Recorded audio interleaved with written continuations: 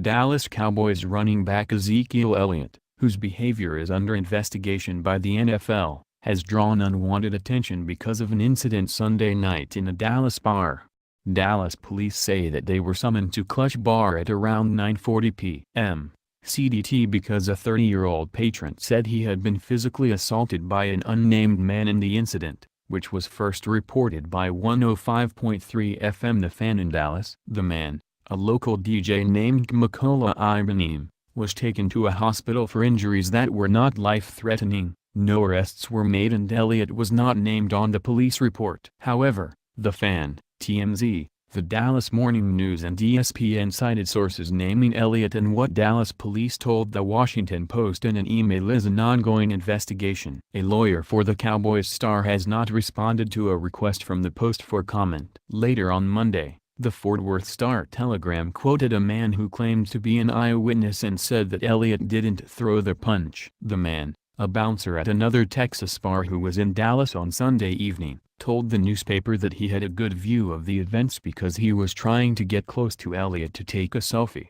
Zeke was just standing there, arms folded, chilling, feeling the crowd, the man said in a message to the Star-Telegram. He claimed that as Ibrahim was getting loud toward the vicinity of the running back, he saw an overhand right come over the back of Elliott and land square in Ibrahim's face, putting the latter to sleep. Elliott, who will turn 22 on Saturday, led the NFL in rushing as a rookie, but has had an unsteady offseason away from the field. An allegation of domestic violence, for which no charges were filed, has hung over the offseason and could result in his suspension. ESPN's Adam Schefter reported on Friday that there's a growing sense that Elliott could face some sort of short suspension here in the coming weeks at some point, once the NFL wraps up its investigation. The NFL has denied that a decision on possible discipline has been made, and the league typically closes shop until the opening of training camps.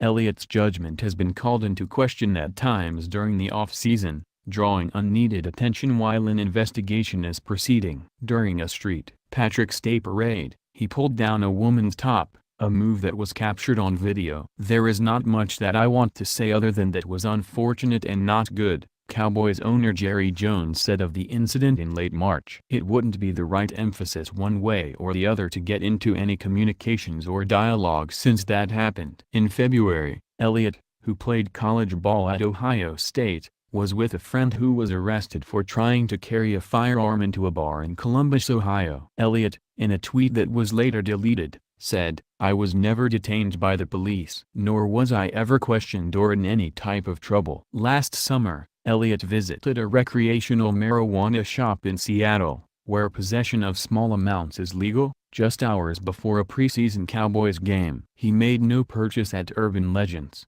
but his presence in the shop concerned Jones, given that the NFL considers the substance banned under terms of the collective bargaining agreement with the NFL Players Association. "Well, I think that, in and of itself, the reason we are talking about it is in a way part of the learning process," Jones told the Fort Worth Star-Telegram. "But it's not good. It's just not good. It's just not good." In 2016, Ohio prosecutors opted to not pursue the allegation of domestic abuse. This summer, the NFL Players Association turned over phone records and other documents that league investigators were seeking, according to USA Today, and it appeared that the investigation was nearing an end. A woman who said she was an ex-girlfriend alleged that Elliott abused her over several days last July in Ohio. According to USA Today, the same woman called police on Elliott in February 2016 in Florida. She claimed that he tried to hit her in the face, threw her against doors and onto a bed, refusing to let her leave his apartment. Citing what it said was conflicting and inconsistent information on all alleged incidents,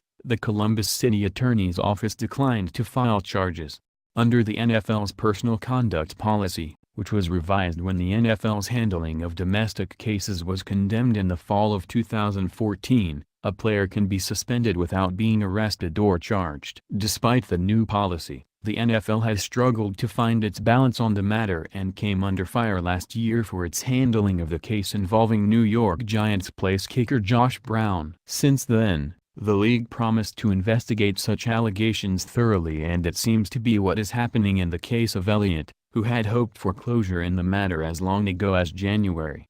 Elliott seemed to understand that his success on the field led to greater scrutiny off it. Just trying to learn to stay out of the way, Elliott he told reporters during a June minicamp. Whatever you do is going to be seen, you learn from your mistakes, he said, and if you don't, it can be brutal. So it's just part of life. Cowboys training camp opens July 24.